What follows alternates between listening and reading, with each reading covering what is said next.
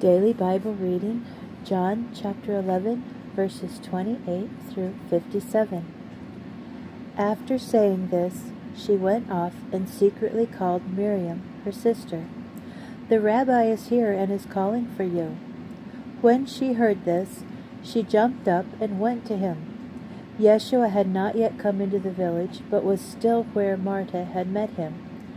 So when the Judeans who had been with Miriam in the house comforting her saw her get up quickly and go out, they followed her, thinking she was going to the tomb to mourn there. When Miriam came to where Yeshua was and saw him, she fell at his feet and said to him, "Lord, if you had been here, my brother would not have died."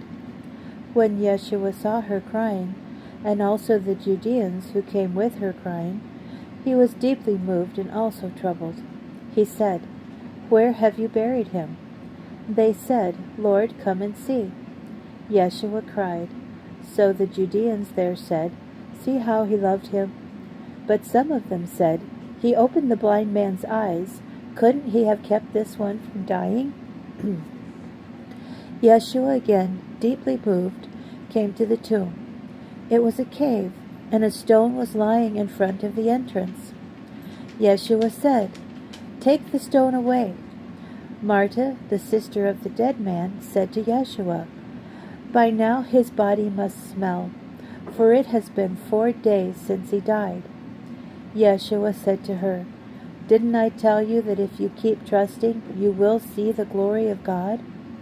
So they removed the stone. Yeshua looked upward and said, "Father, I thank you that you have heard me. I myself know that you always hear me, but I say this because of the crowd standing around, so that they may believe that you have sent me." Having said this, he shouted, "Elazar, come out." The man who had been dead came out, his hands and feet wrapped in strips of linen and his face covered with a cloth. Yeshua said to them, "Unwrap him and let him go."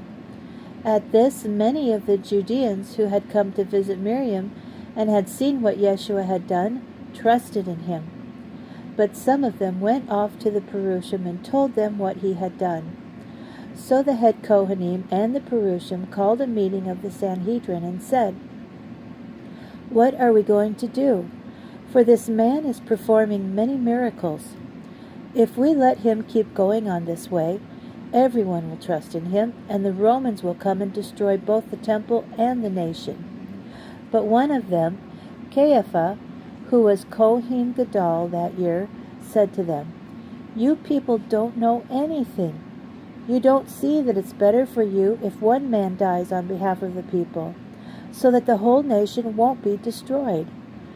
Now he didn't speak this way on his own initiative. Rather, since he was Kohen Gadol that year, he was prophesying that Yeshua was about to die on behalf of the nation, and not for the nation alone, but so that he might gather into one the scattered children of God. From that day on, they made plans to have him put to death. Therefore, Yeshua no longer walked around openly among the Judeans, but went away from there into the region near the desert, to a town called Ephraim, and stayed there with his Talmudim. The Judean festival of Pesach was near, and many people went up from the country to Jerusalem to perform the purification ceremony prior to Pesach. They were looking for Yeshua, and as they stood in the temple courts, they said to each other, "What do you think? That he simply won't come to the festival?" Moreover, the head Kohanim and the Perushim had given orders that anyone knowing Yeshua's whereabouts should inform them, so that they could have him arrested.